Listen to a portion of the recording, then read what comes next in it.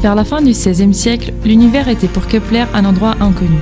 Il s'initie ainsi à l'observation des mouvements planétaires afin de résoudre le mystère des orbites des planètes.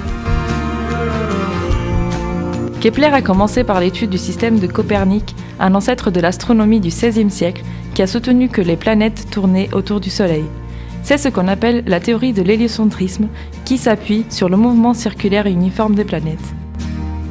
Cette théorie a longtemps été rejetée par de nombreux astronomes de l'époque qui pensaient depuis toujours que la Terre était au centre de l'univers. Pour eux, cela était tout à fait logique car la relativité du mouvement dépendait de la position de celui qui observait.